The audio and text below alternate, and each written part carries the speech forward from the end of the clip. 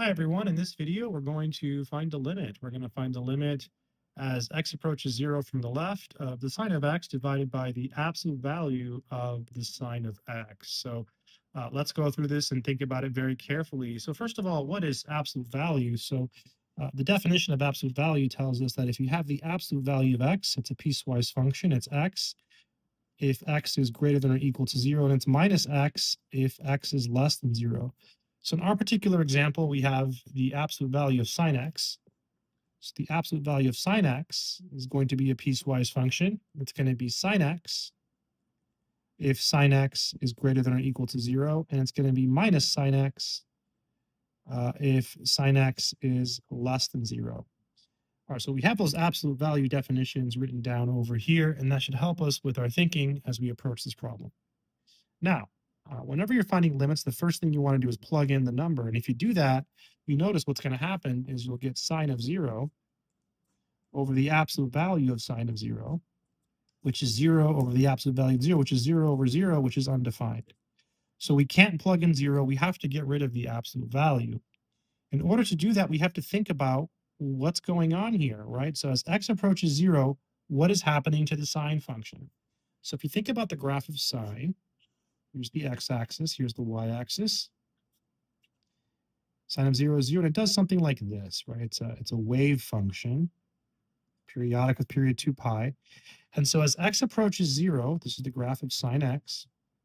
As x approaches 0 from the left, what's happening to the y value here? Well, the y value here is negative, right? Over here in this area, sine x is less than 0.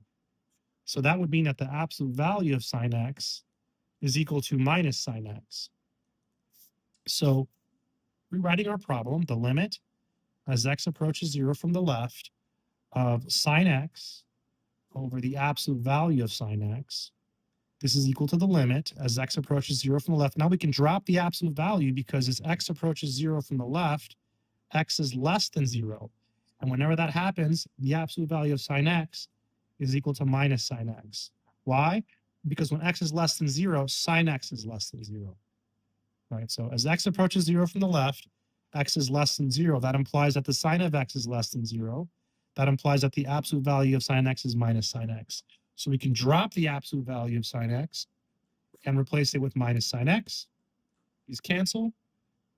This is the limit as x approaches 0 from the left of minus 1, and that's minus 1, and there is our answer. So let me just go through that really quickly one more time because I went pretty fast. So the idea here is you plug in 0 and it doesn't work. So you say, okay, what's going on? So you look at the graph of sine. As x approaches 0 from the left, the y value, the sine function, is less than 0. So that means that the absolute value of sine x is minus sine x. All right, let's go back to our limit. Our limit is saying that as x approaches 0 from the left, we have this. So as x approaches 0 from the left, x is less than 0. What does that mean? That means that sine x is less than 0. What does that mean?